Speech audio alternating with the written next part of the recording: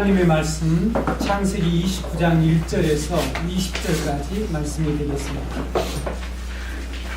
창세기 29장 1절에서 20절까지 말씀을 제가 여러분 앞에 낭독해 드리겠습니다. 야곱이 길을 떠나 동방 사람의 땅에 이르러 본즉 들에 우물이 있고 그 곁에 양 세 떼가 누워 있으니 이는 목자들이 그 우물에서 양떼에게 물을 먹입니다. 큰 돌로 우물 아기를 덮었다가 모든 떼가 모이면 그들이 우물 아기에서 돌을 옮기고 그 양떼에게 물을 먹이고는 우물 아기 그 자리에 다시 그 돌을 덮더라. 야곱이 그들에게 이르되 내 형제여 어디서 왔느냐? 그들이 이르되 하란에서 왔노라. 야곱이 그들에게 이르되 너희가 나홀의 손자 라반을 아느냐? 그들이 이르되 아노라. 야곱이 그들에게 이르되 그가 평안하냐? 이르되 평안하니라. 그의 딸 라헬이 지금 양을 몰고 오느니라.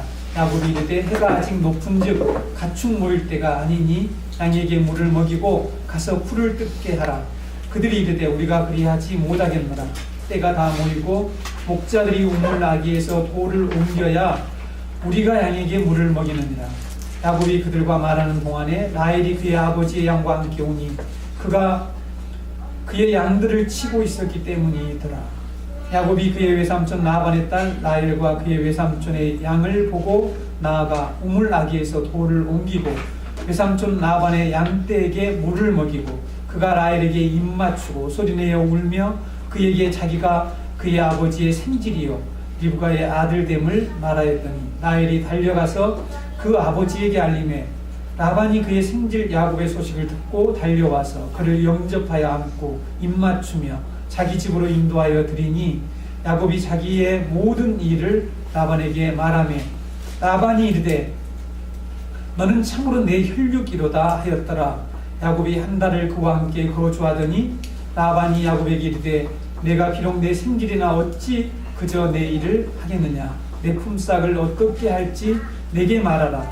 라반에게 두 딸이 있으니 언니의 이름은 레아요 아우의 이름은 라헬이라. 레아는 시력이 약하고 라헬은 곱고 아리따우니 야곱이 라헬을 더 사랑함으로 대답하되 내가 외삼촌의 작은 딸 라헬을 위하여 외삼촌에게 7년을 섬기리이다. 라반이 이르되 그를 내게 주는 것이 타인에게 주는 것보다 나으니 나와 함께 있으라. 야곱이 라헬을 위하여 7년 동안 라반을 섬겼으나 그를 사랑하는 까닭에 7년을 며칠같이 여겼더라. 아멘. 네. 우리 오늘이 2014년 첫 주일인데 우리는 계속해서 창세기 강의를 하겠습니다. 왜냐하면 우리 교회는 하나님의 섭리의 때를 더 중요하게 여기기 때문에 이 시간에 날짜의 변경을 별로 신경 쓰지 않고 창세기 강의에 81번째 말씀을 드리도록 하겠습니다. 우리는 늘 눈앞에 있는 것들만 보고 사는 경우가 참 많습니다. 그렇죠? 저나 여러분이나 늘 눈앞에 닥친 일들에 우리가 집착하고 그 문제를 해결하려고 애쓸 때가 많이 있죠.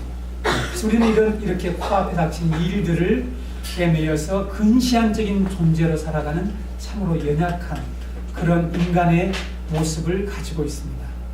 하나님의 음성, 하나님의 말씀이 아니면 우리는 이런 상태를 벗어나기가 쉽지가 않죠. 어렵다는 것입니다.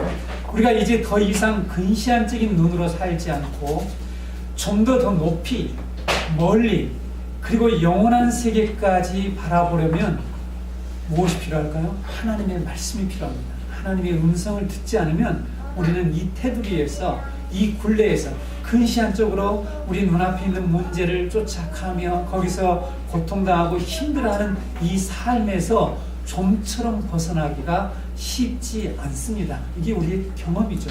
우리의 현재 삶의 경험입니다. 지난 한 해 동안 우리가 겪어왔던 삶이라고 할 수가 있겠죠. 오늘 한 해 동안 복음의 진리 안에서 저와 여러분 모두가 보다 넓고 멀리 그리고 영원까지 이르는 그 하나님이 우리에게 정말 보여주시고자 하는 그 세계를 볼 수 있는 성도들이 되었으면 합니다. 이것이 새해를 시작하면서 제가 여러분에게 드리는 이 축복의 첫 메시지입니다. 하나님은 아브라함의 조카 롯이 당장 보기에 좋은 땅, 여호와의 동산 같다고 그랬죠? 에덴 동산입니다. 에덴 동산 같이 아름답고 기름지고 풍요로운 애굽과 같은 소돔과 고모라를 선택을 했죠. 그래서 선택한 후에 떠났습니다. 그리고 아브라함에게 찾아오셨죠. 아브라함에게 찾아오셔서 어떤 말씀하셨습니까? 너는 눈을 들어 너 있는 곳에서 북쪽과 남쪽 그리고 동쪽과 서쪽을 바라보라. 보이는 땅을 내가 너와 내 자손에게 주리니 영원히 이르리라. 하나님의 나라를 얘기하고 있죠. 하나님의 나라를 좀 보라고 말씀하신 거죠. 하나님께서는 아브라함에게 멀리 넓게 그리고 영원까지 이르는 세계를 좀 바라보라 이렇게 했습니다. 우리가 뭐 심정적으로 좀 더 상상해보자면 좋은 땅을 다 선택해서 조카가 갔을 때에 아브라함의 마음이 어땠을까 하는 이런 것을 우리가 추측을 해보기는 합니다만은 물론 그건 추측이고요. 하나님께서는 이렇게 아브라함을 찾아오셔서 눈을 들어라. 눈을 들어서 지금 그 근시안적인 그런 삶을 살지 말고 좀 멀리 넓게 영혼에까지 이르는 그 세계를 좀 보아라. 이렇게 말씀하셨죠. 이제 우리도 하나님의 말씀을 듣고 롯처럼 이 멸망당할 소돔과 고모라를 선택하는 이런 근시안적인 삶을 더 이상 그런 패턴, 그런 개미 쳇바퀴 도는 것 같은 그런 삶을 이제 벗어나서 눈을 들어 하나님이 보게 하시는 이 영원한 세계, 하나님이 지금 이 땅에서 이루시고 완성해 가시는 천국, 하나님의 나라를 볼 수 있는 저와 여러분이 되시기를 바랍니다. 우리가 반복해서 근시안적인 존재로 살아갈 것인가, 반복해서 말씀드리자면 우리가 근시안적인 존재로 살아갈 것인가, 아니면 멀리 하나님이 구원하시는 그 나라를 넓게 이렇게 조망하면서, 여러분 조망한다는 아시죠? 높은 곳에 올라가서 이 모든 풍광과 정경을 멀리 바라보는 거죠. 조망할 수 있는 그런 눈이 필요하단 말이죠. 우리가 이것을 영적인 눈이라고 우리 그리스도인들은 일컫는데, 이러한 눈을 가지고 살아갈 것인가 하는 문제가 어디서부터 비롯되냐 하면은 이 말씀에 의해서 이러한 눈을 가질 수 있다는 것입니다. 하나님의 음성을 들어야 한다는 것입니다. 그래서 우리가 성경을 읽을 때도 동일하게 이 근시안적으로 성경을 읽을 것이냐, 아니면 성경 전체를 넓게 바라볼 것이냐 하는 이 문제, 제가 여러분에게 계속해서 말씀드려왔습니다. 오랫동안 신앙생활을 하며 성경을 우리가 듣고 배웠는데, 하나님이 행하시는 이 구원의 세계, 이 구원의 세계를 보지 못하는 경우가 있죠. 그런 신자들이 있습니다. 그래서 우리가 그렇게 보지 못하니까 우리는 바로 앞에 있는, 코앞에 있는 그 문제 때문에 너무 힘들게 계속해서 살아가게 되죠. 성경이 어떤 사건이나, 그래서 우리가 성경에 어떤 사건이나 말씀을 읽을 때도 이렇게 하나님이 구원하시는 이 구원의 큰 그림 안에서 그런 사건을 보는 것이 아니라, 이 근시안적인 이 눈을 가지고 그 부분만을 가지고, 성경의 어떤 본문만을 가지고 거기서 우리의 각자의 삶에 필요한 어떤 원리를 끌어내거나 도덕적인 교훈을 가져와서 그것이 하나님의 뜻이다, 하나님의 말씀이라고 생각하며 있고, 그것을 또한 가르치는 이런 일들이 우리들에게 있습니다.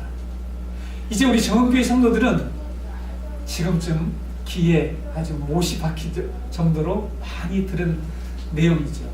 우리는 창세기 1장 2절부터 시작되는 하나님의 구속 사역의 전체 그림을 볼 수 있어야 합니다. 그리고 성경을 읽고 해석할 줄 알아야 합니다. 즉 하나님께서 예수 그리스도를 통해서 지금 역사 가운데에서 이루고 계시는 새 창조 사역, 재창조의 이 사역의 큰 그림, 빅픽처라고 했습니다. 영어로 빅픽처, 큰 그림을 보면서 우리가 성경을 읽어야만이 이 근시안적인 해석을 하지 않게 되죠. 자, 여러분들은 그동안에 설교를 계속 들어왔던, 제 이 메시지 선포 방식을 들어왔던 우리 성도님들은 목사님이 지금 무엇을 얘기하려는 걸 알 거예요. 지금 오늘 이 본문을 여러분들에게 정확하게 넓은 이 그림 안에서 이 본문이 말하고 있는 것을 여러분에게 말씀드리려고 하는 것입니다. 성경은 하나님 나라의 회복을 위한 하나님의 구원의 이야기죠. 하나님의 구원의 이야기입니다. 동시에 그 그리스도가 십자가에서 자신의 신부인 교회를 탄생시킨 교회 이야기입니다. 그래서 오늘 신년 이 첫 주일에 여러분과 함께 이 교회 얘기, 교회에 관한 큰 그림을 여러분들에게 보여드리는 시간을 갖도록 하겠습니다. 이제 우리는 하나님 나라의 회복과 하나님이 자기 피로 값주고 사신 교회에 관한 이 구속사라고 하는, 교회를 구속하시는 것입니다. 이 교회에 관한 큰 구속사의 그림 안에서 성경을, 오늘 본문을 여러분과 함께 살펴보려고 합니다. 오늘부터 강론하게 될 창세기 29장 1절에서 30장 24절까지 30장 중반부까지는 새로운, 창세기 아주 새로운 전환점이 되는 사건입니다. 중요한 전환점이 되는 사건입니다. 근데 그 내용이 뭐냐면 교회 탄생 이야기라는 것입니다. 자, 교회 탄생이라고 하는 제가 큰 그림을 여러분에게 지금 제시했습니다. 이제까지 여러분들 이 사건을 잘 알고 계실 거예요. 그렇죠?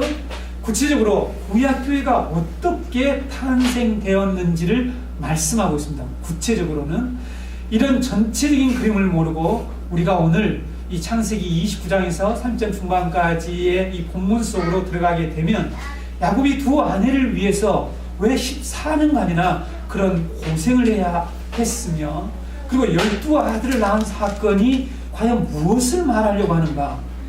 아니, 야곱이라는 다른 사람이 결혼해서 자식 낳는 게 우리하고 무슨 관계가 있길래 오늘날 교회에서는 이런 내용을 우리가 이처럼 공부해야 되고 말씀으로 선포해야 되는가 하는 그런 질문을 할 수밖에 없죠. 그게 나하고 무슨 상관이냐, 야곱이 두 아내를 얻는 그 일이, 이런 우리는 질문을, 기본적인 질문을 할 수밖에 없습니다. 그래서 여러분, 이런 교회 이야기다, 교회 탄생 이야기라는 큰 그림을 가지고 이 말씀 속으로 들어가야만이 이 본문을 올바로 이해할 수 있다는 것입니다.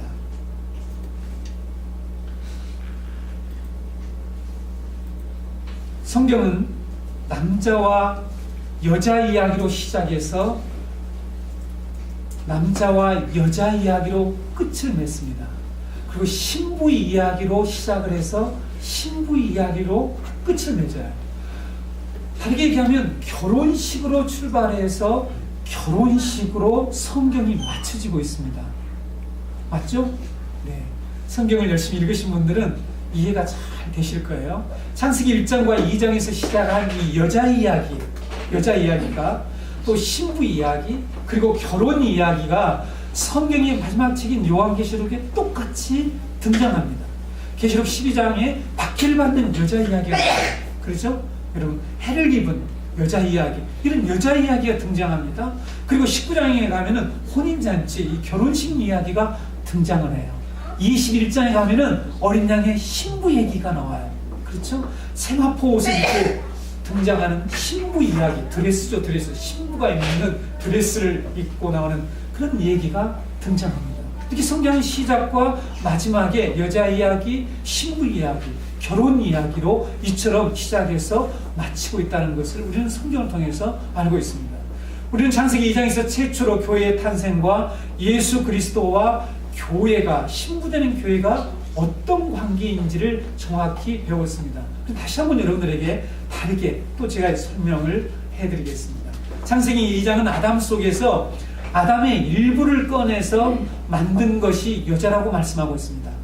아담 안에서 아담의 일부를 꺼내서 만든 것을 여자라고 말하고 있죠.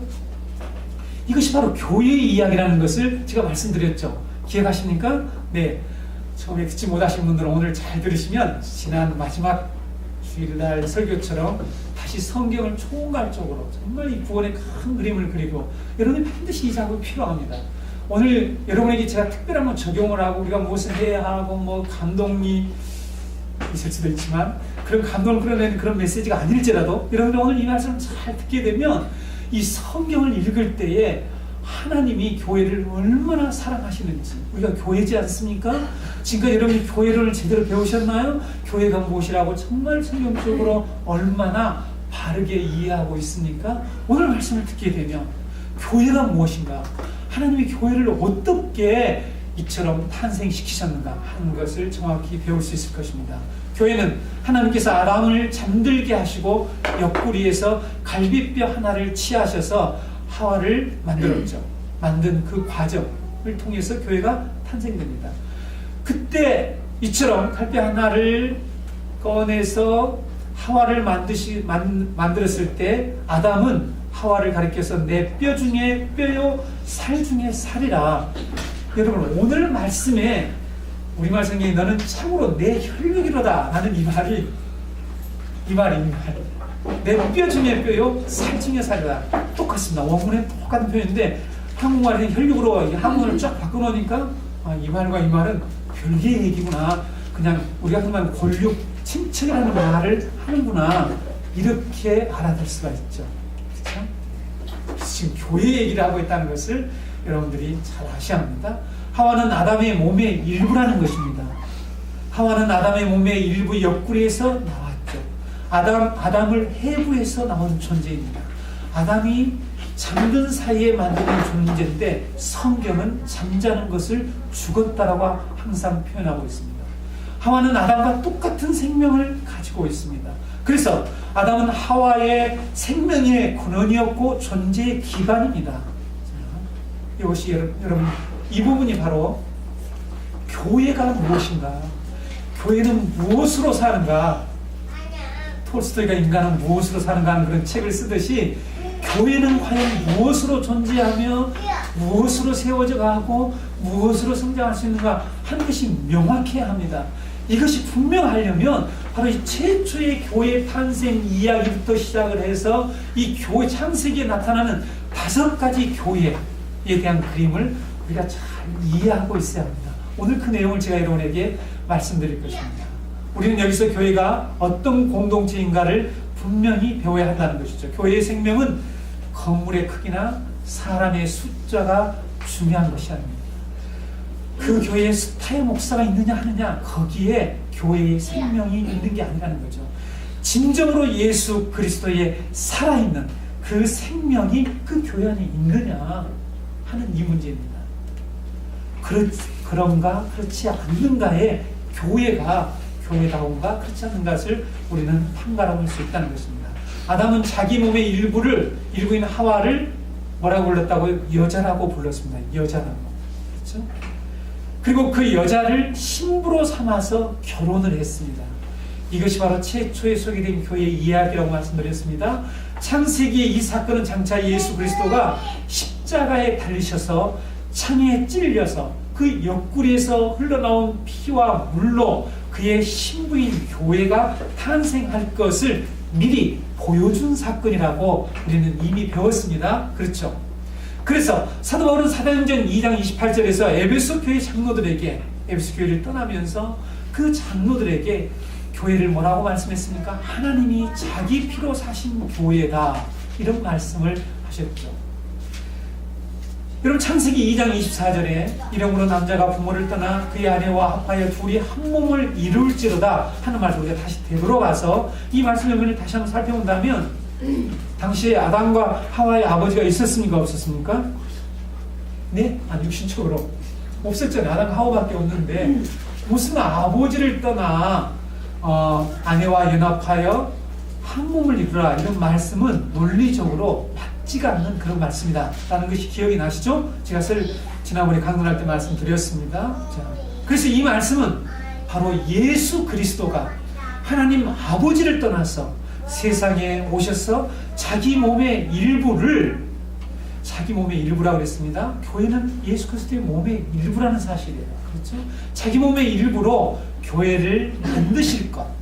그래서 이 교회와, 신부된 교회와 한 몸을 이루게 될 것을 출애굽한 이 애굽에서 구원한 이스라엘 백성들, 구약교회라고 그랬죠? 이 구약교회에게 말씀해 주신, 계시해 주신 그런 말씀이었습니다.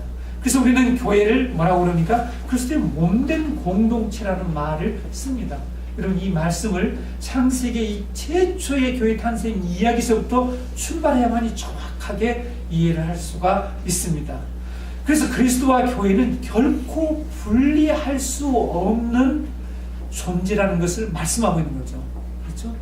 여러분, 결혼식 때 목사님이 결혼식에 주례하면서 둘이 이렇게 합하여 한 몸을 이룰지니라 한 후에 사람이 나눌지 못할지 이 말씀 꼭 하잖아요. 그렇죠? 네, 그 말씀이 우리가 지금 결혼식에 적용하겠지만 근본적, 근원적으로는 교회 이야기를 하는 거죠. 그렇죠? 그렇기 때문에 여러분들에게 결혼 예배와 기도에 말씀드리겠지만 우리의 결혼의 목적은 하나님과 이 신랑 되신 예수 그리스도와 교회와의 관계를 이해하도록 여러분 이 세상에 결혼 제도가 있는 것입니다.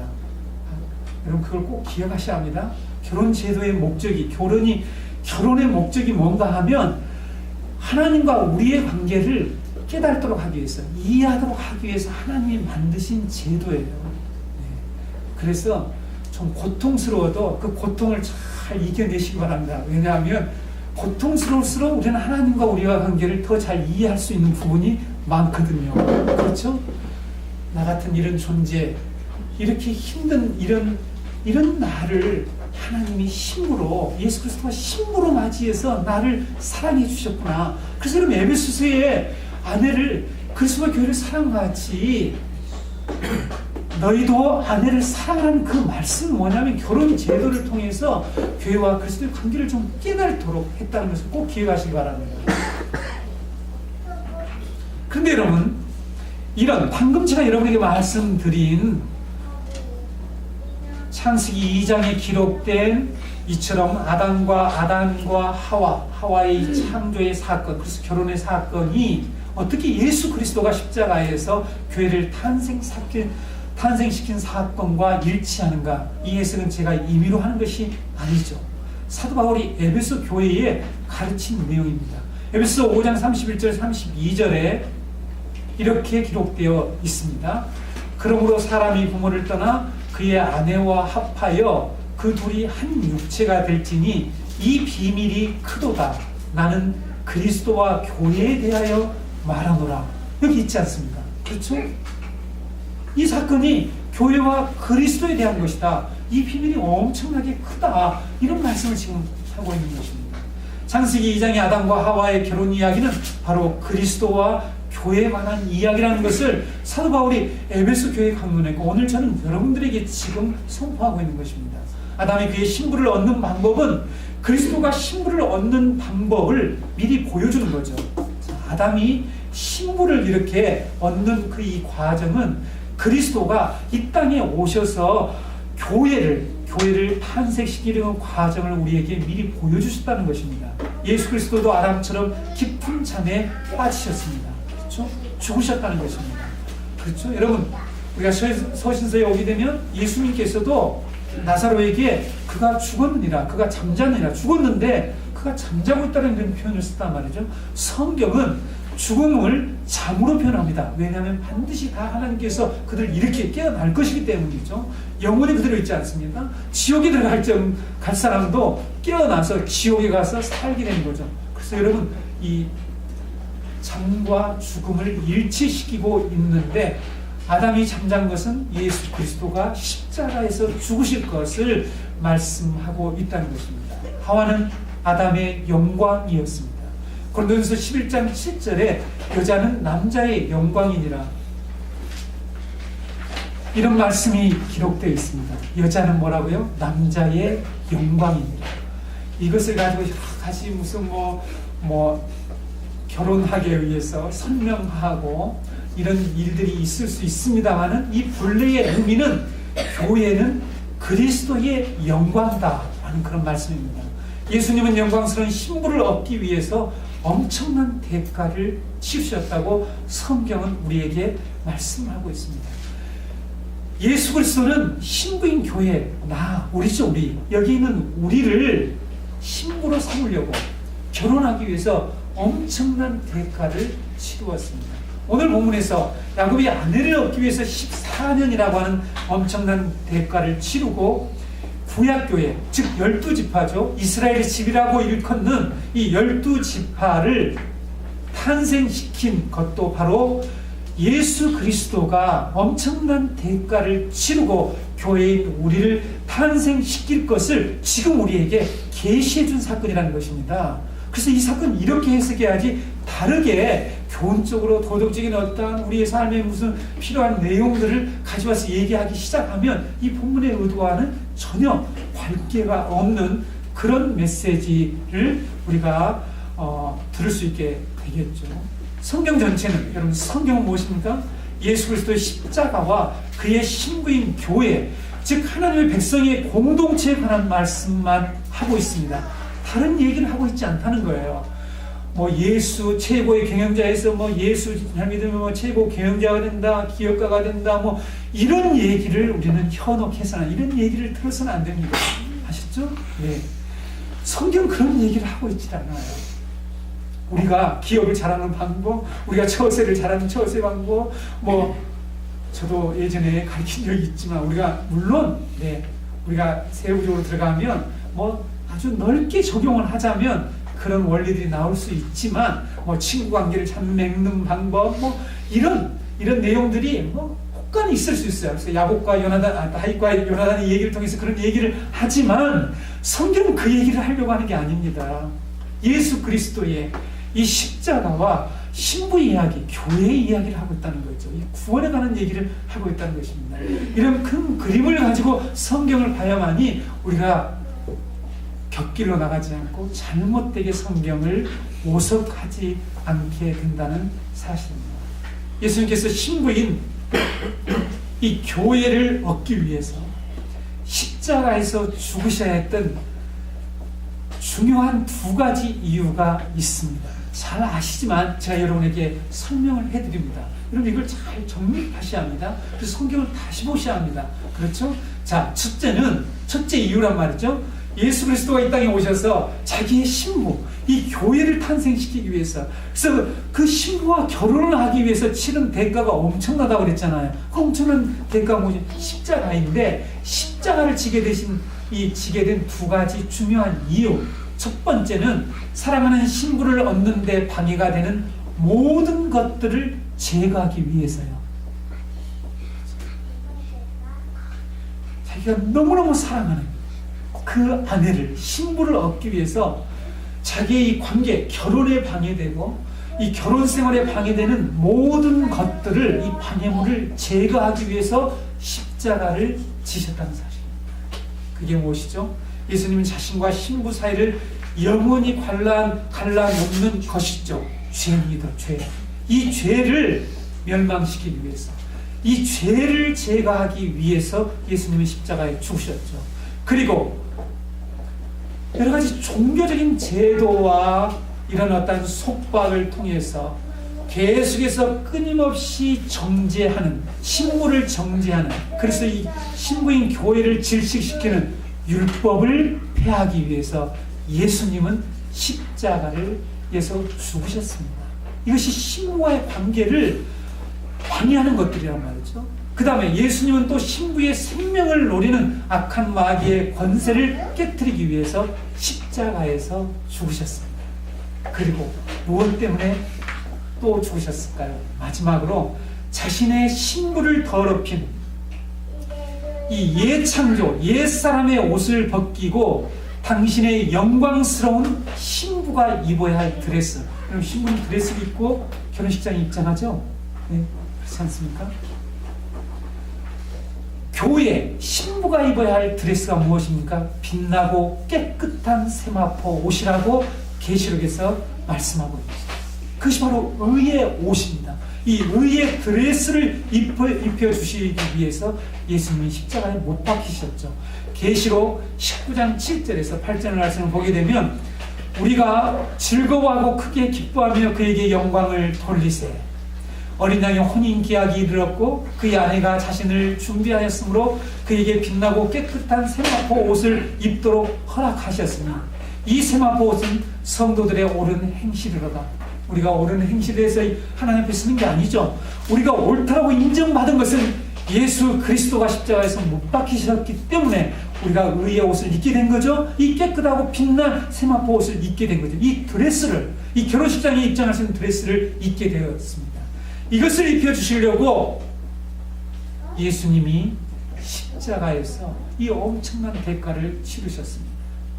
그리고 여러분, 또 한 가지, 예수 그리스도가 십자가에서 죽으셔야만 했던 중요한 이유가 무엇인지를 아십니까? 여러분, 내가 사랑하는 사람을 영원토록 보고 싶습니까? 아니면 적당한 기회에 좀 사라졌으면 좋겠다고 생각합니까? 그건 사랑하지 않는 거죠. 아유, 쟤 언제 좀 사라졌으면 좋겠다. 아유, 꼴불견. 이건 사랑이 없는 거죠. 여러분, 사랑하는 사람은 영원토록 내 곁에 두고 싶어 하죠. 왜 여러분 시집을 보내는 엄마가 딸을 시집 보낼 때 웁니까? 요즘 우나요? 요즘은 별로 신부도 잘 울지도 않고 부모님들은 우시죠. 왜 그럴까요? 사랑하기 때문에. 사랑하는 사람은 영원토록 자기 곁에 두고 싶어 하죠.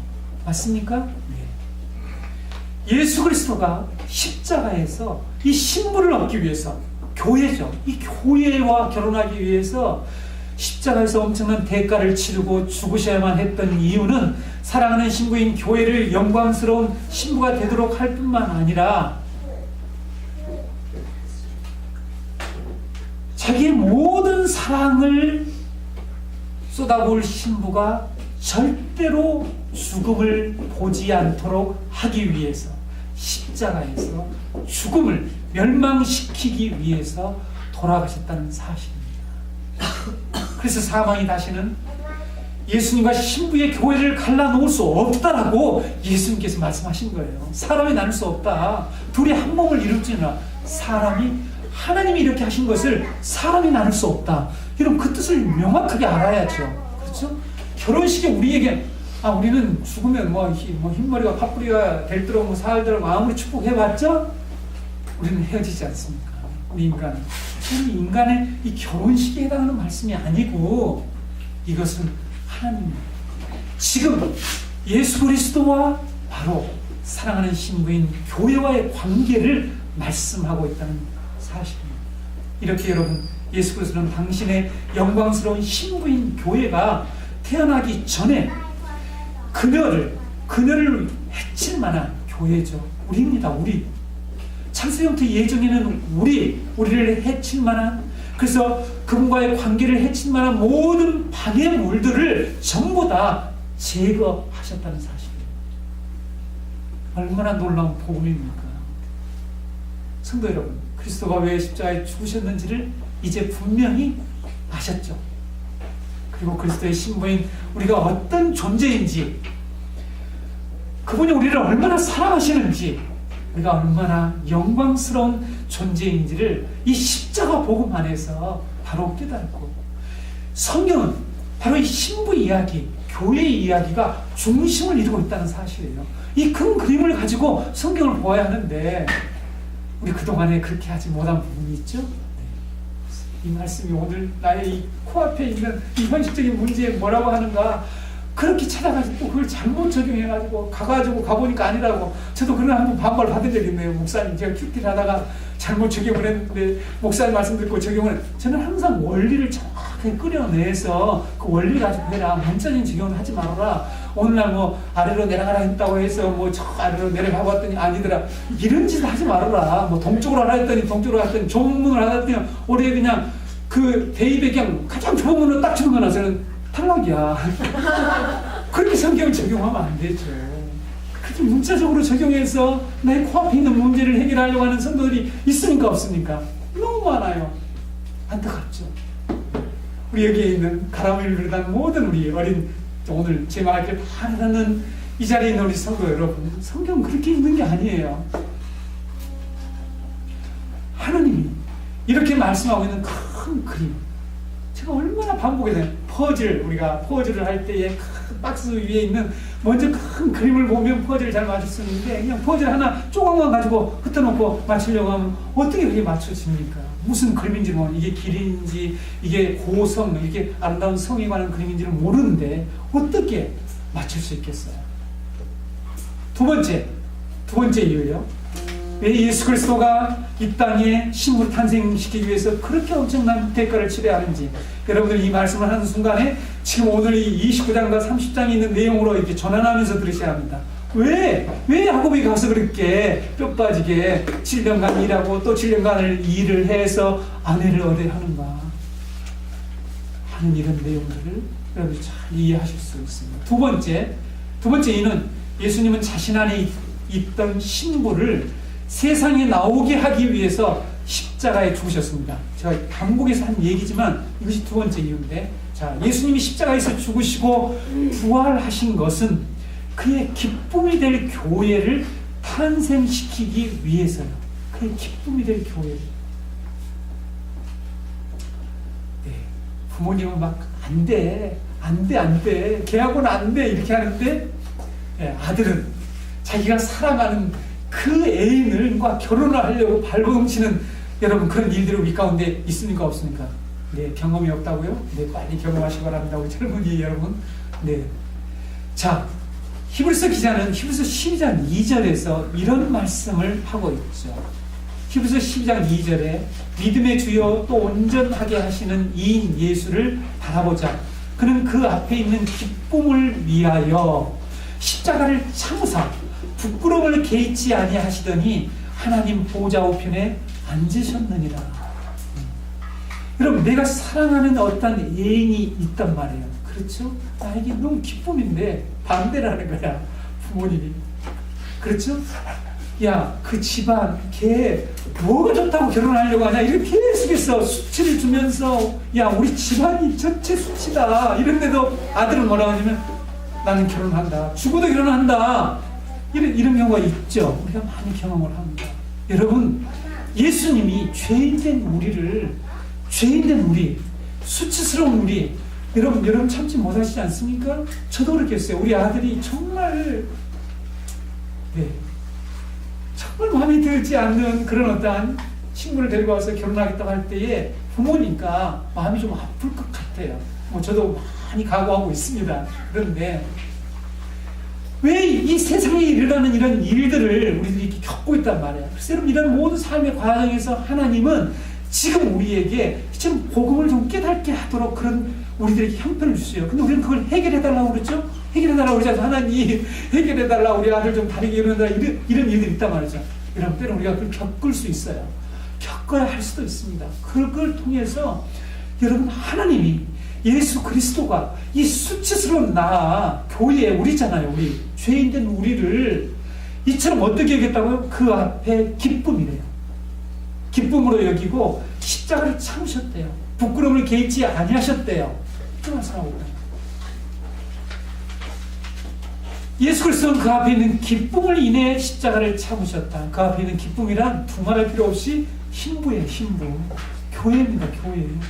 우리요, 우리. 그리스도의 신부인 교회는 어디서 나왔다고요? 마지막 아담 예수 그리스도의 옆구리에서 나왔습니다.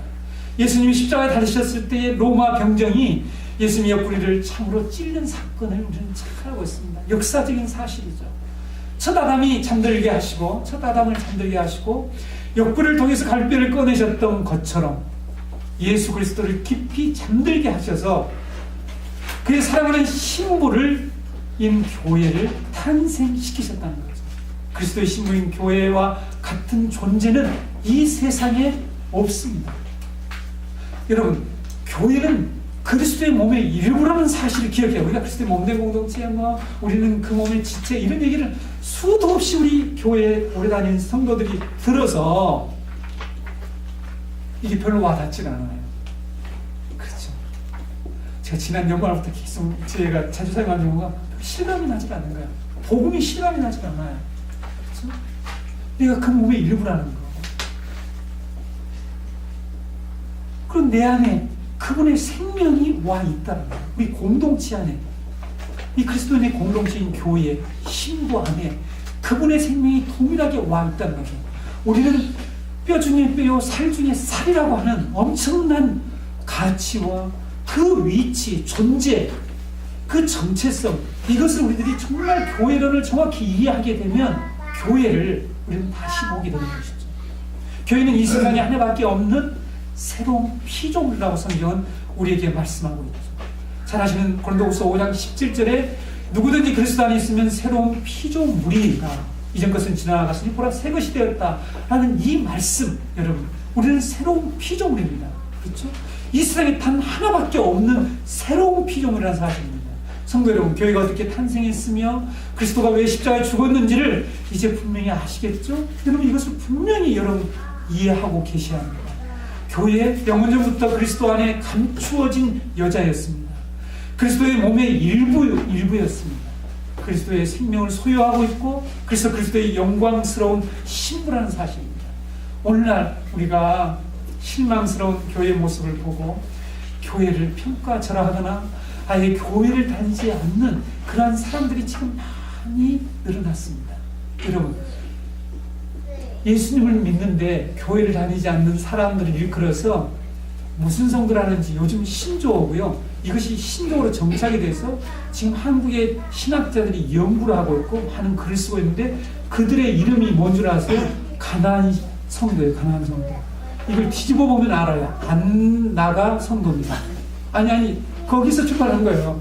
가나안 성도라고 불렀는데 저도 왜 가나안 성도라고 불렀나, 이들이 왜 가나안 성도라고 불렀나 했더니 뒤집으면 안 나가요. 안 나가 성도예요. 안 나가. 교회는 안 나가 성도. 안 나간다. 난 예수를 믿는데 교회는 안 나간다. 이런 지금 성도들이 너무너무 많습니다. 정확한 통계인지 모르지만 전주시내도 300명의 교인들이 지금 이곳저곳을 유동하고 있다. 전주시내 교회 이 크리스찬 비율이 높지 않습니까? 안타까운 일이죠. 이런 가난한 성도들이 점점 늘어나고 있죠. 이런 상황에서 우리는 그리스도의 십자가와 교회가 어떤 관계인지, 교회가 어떻게 해서 탄생했는지, 그리고 얼마나 고귀한 존재인지 하는 이 교회의 탄생 이야기를 정확하게 알아야 된다는 거예요. 분명하게 깨달아야 합니다. 그리고 성경을 다시 우리가 보자는 것입니다. 지금 이 십자가의 복음과 교회의 이야기가 이렇게 밀접하게 연결되어 있다는 거죠.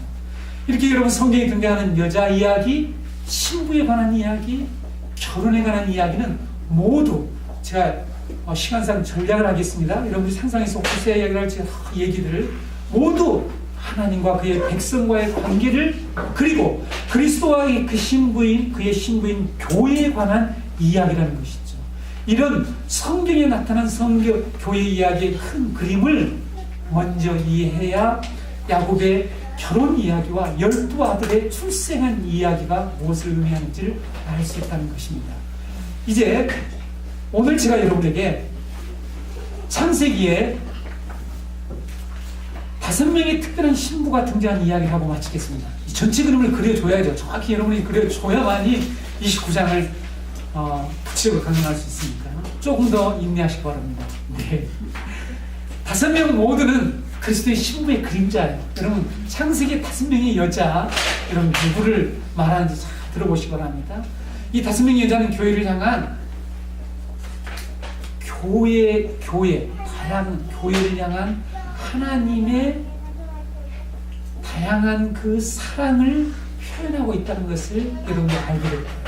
첫 번째 여자가 누굽니까? 하와입니다.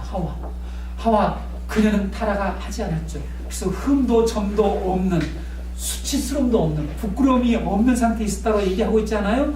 그런 완벽한, 완전한 이 타락하기 전에 영광스러운 교회의 모습을 상징하고 있습니다.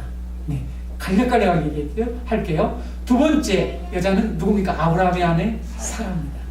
사라는 회복된 그리스도의 신부의 모형이에요. 왜 회복된 그리스도의 신부의 모형일까요? 우리가 지난번에 그런 언급들은 좀 우리가 생략해 왔지만 사라는 그리스도가 오실 때 회복된 신부의 그림자라는 것입니다. 여러분, 90세의 나이에 아이를 낳았어요. 출산하지 못하다가 아이를 생명을 출산하게 됩니다. 그것뿐만 아니라 90세 여자가 얼마나 예쁘게 생겼으면 아비멜렉이 그 여자를 아내로 취하려. 아니, 당시에 왕권을 가지고 있는 사람은 젊은 여자들이 많은데 꼭 그렇게 90세 여자를 데리고 올 필요가 있었겠냐 이거야. 난 그게 도무지 이해가 안 돼요. 여러분, 이해가 되십니까? 아니, 처녀들도 많고 예쁜 여자가 수도 명령 한마디면 그냥 줄을 쫙 쓰고 누구 내 와이프 될 사람 그럼 그냥 줄을 쓰잖아요. 아프리카에서 그 아내 구하면 막 전국에서 막 부족에서 막 나타나지 않습니까? 그렇게 구할 수 있는 그 여자가, 그 왕이 무슨 90세 여자가 얼마나 예뻤길래. 이게 다 의미가 있다는 거죠. 그게 뭡니까? 회복된 그리스도의 신부. 우리는 이렇게 늙고 추하고 죽어갈 수 있지만 우리는 회복된 그리스도의 신부가 될 것을 말씀하고 있다는 것입니다. 그래서 어린 양의 혼인잔치에 우리는 참여하게 될 이 회복될 신부의 모습을 사라를 통해서 보여주시는 것입니다. 세 번째 여자는 누굽니까? 이삭의 아내 리브가입니다. 리브가 여러분 어떻게 보아야 할까요? 리브가는 어떤 교회의 모형일까요? 리브가는 준비된 신부의 모형이라는 사실입니다. 우리는 이삭의 종 엘리에셀이 리브가를 찾아갔을 때에 하나님의 인도하심과 이렇게 이삭의 아내를 구하러 가지 않습니까? 그래서 잘 준비되어 있고, 그래서 준비된 상태에 그 리브가를 데리고 오는 과정이죠. 여러분 계시록 19장 7절에 이렇게 기록되어 있죠. 우리가 즐거워하고 크게 기뻐하며 그에게 영광을 돌리세. 어린 양의 혼인 기약이 이르렀고 그의 아내가 자신을 준비하였으므로. 여러분 교회는 준비하는 신부가 되어야 합니다. 그렇죠? 준비하고 단장한다고 그러잖아요. 단장 메이크업입니다. 요즘 말로 메이크업을 해야 할 그런 메이크업을 하는 이 교회의 모형으로서 바로 이삭의 아내 리브가를 보여주신 것입니다. 네 번째는 이제 우리가 배우게 될 누굽니까? 야곱의 아내 라헬입니다. 라헬은 어떻게 얻게 된 아내입니까? 라헬은 교회의 어떤 모습을 말씀하고 있을까요? 예수 그리스도와 어떤 관계를 얘기하려고 하는 걸까요? 라헬은 고난을 통해서, 야곱이 수많은 이 수고와 고난을 통해서 얻게 되지 않습니까? 그렇죠? 바로 대가를 치루어서 이 아내를 얻게 됐죠. 바로 이 고난을 통해서 얻는 신부의 그림자인 것입니다. 야곱은 마음속에 품고 있는 라헬을 신부로 얻고자 고통을 감내했죠. 예수 그리스도가 그렇게 했습니다. 그렇죠? 예수 그리스도가 우리를 신부로 삼기 위해서 이렇게 고통을 감당했다는 거 앞에서 말씀드렸죠. 그리고 마지막 다섯 번째 여자가 누굽니까? 요셉의 아내 아스낫이에요. 아스낫. 창세기 41장 45절에 아스낫은 요셉이 애굽에서 총리가 되었죠. 잘 아시죠? 여러분 총리가 되었을 때 왕이 온이라고 하는 그 나라의 제사장 이 보디베라의 딸을 아내로 삼으라고 줍니다. 이 여인이 바로 누구냐면 아스낫이에요. 그래서 아스낫은 어느 여인이요? 이방인이에요. 이방인. 족장들의 모든 아내들이 다 유대인인가 하면 그렇죠? 같은 이방인의 여인이 요셉의 아내가 되었습니다. 요셉은 성경에서 예수 그리스도의 모형을 가장 잘 표현해주는 사람이죠. 그렇죠? 네. 바로 그리스도의 모형인 요셉과 결혼한 아스낫은 이방인들의 교회의 모형이에요. 이방인들. 여러분 우리는 이방인입니까? 유대인입니까? 우리는 육적으로 선택된 이 유대인입니까? 우리는 우리는 이방인이죠. 우리는 이방인 교회예요. 이방인 교회. 그래서 우리는 아스낫을 사랑해야 돼요. 아스낫을 좋아해야 된다. 아스낫 당신이 있었기에 우리가 예수 그리스도의 신부가 되었다. 이렇게 우리는 생각해야 됩니다. 이처럼 창세기 5명의 여자는 그리스도의 신부인 교회에 대한 모형이고 그림이었다는 것이죠. 그래서 교회 이야기를 하고 있는 것입니다. 조금만 더 확장해서 교회에 대한 성경의 전체 그림을 얘기한다면 하나님께서 이스라엘 백성들을 애굽으로부터 구원해내신 후에 하나님께서 모세에게 명령하신 내용이 있죠. 그래서 이스라엘 백성이 시키신 일이 있습니다. 출애굽한 후에 그게 무엇입니까? 증거막이라고 하는 성막을 건축하게 하신 일이었습니다. 우리가 이 성막을 흔히 하나님이 거하신 성전의 관점으로 늘 그쪽으로만 한쪽으로만 늘 우리가 생각을 하는데 여러분 하나님의 임재의 장소라고 해서 그쪽으로만 늘 생각하는데 맞습니다. 그러나 성막은 신랑 되신 하나님과 신부된 이스라엘 백성이 함께 살 신혼집을 건축하라는 것이었습니다. understand? 아니면 not understand? 이해가 되시옵나이까? 네. 신랑과 신부가 결혼을 완성하는 장소가 성막이라는 사실입니다. 왜 그렇습니까? 아담과 하와를 우리가 생각해 볼까요? 아담과 하와는 에덴 동산이라는 하나님의 집에서, 하나님의 그 거룩한 집에서 신혼집을 차려서 살고 있었어요. 근데 갑자기 신부가 바람을 피웠습니다. 이해가 그러니까 좀 수월하십니까? 바람 피웠다 그러니까? 바람을 피우지 않습니다. 누구에게? 뱀에게 말이죠. 뱀의 말을 듣고 그래서 배반을 한 것입니다. 그래서 집에서 쫓겨나게 되었어요. 근데 신랑 되신 우리 주님은 신부를 너무너무 사랑해요. 그래서 그녀를 다시 신부로 회복시켜 주시려고 한 거예요. 회복시키셔서 다시 신부로 복원시켜주는 거예요. 이게 교회입니다. 이것이 출애굽 사건이고 이것이 우리가 흔히 말하는 구원이라는 거죠. 여러분 성경을 잘 이해하셔야 합니다. 그렇죠? 그리고 함께 사활집을 짓고 신방을 꾸린 사건이 바로 성막 건축의 사건이에요. 신방. 성막이 완성되자 여호와의 영광이 성막에 가득 차고 거기서 축하연이 벌어진다. 이것은 성전 건축, 솔로몬이 성전 건축한 이후에도 일어나는 일이에요. 이게 바로 결혼식 잔치를 모형한 거란 말이죠. 장래에 우리가 마지막 날 종말에 예수 그리스도가 다시 오셔서 이 어린 양의 혼인 잔치에서 축하연을 할 것을 이미 성막을 통해서 우리에게 말씀하고 있다는 사실입니다. 자, 성경 여러분 이해가 되시죠? 네. 성도 여러분, 이런 구원의 큰 그림, 성경이 말씀하고 있는 교회 이야기의 전체적인 이 교회 이야기의 전체적인 그림을 모르면 우리는 야곱이 하란 삼촌집에서 아내를 얻기 위해서 고생하고 자식을 낳은 사건 속에 담긴 이 엄청난 십자가의 복음과 우리와 관계된 이 신부에 관계된 교회 이야기를 이해하기가 어렵다는 것입니다. 그래서 오늘 제가 첫 번째 시간에 이렇게 여러분에게 교회 전체적인 그림을 말씀드렸습니다. 야곱의 이야기가 어떻게 전개될 것인지 기대가 되지 않습니까? 기대가 안 된다는 것입니까? 개봉박도 다음 주를 기다리세요. 네, 오늘도 여러분 창세기 강론을 통해서 이 복음의 풍성한 맛을 보면서 주일 예배가 기다려지고 복음의 진리를 아는 기쁨과 복음의 능력이 오늘 한 해 동안 여러분의 삶을 인도하고 지배하시기를 주의 이름으로 축원합니다. 기도하시겠습니다. 우리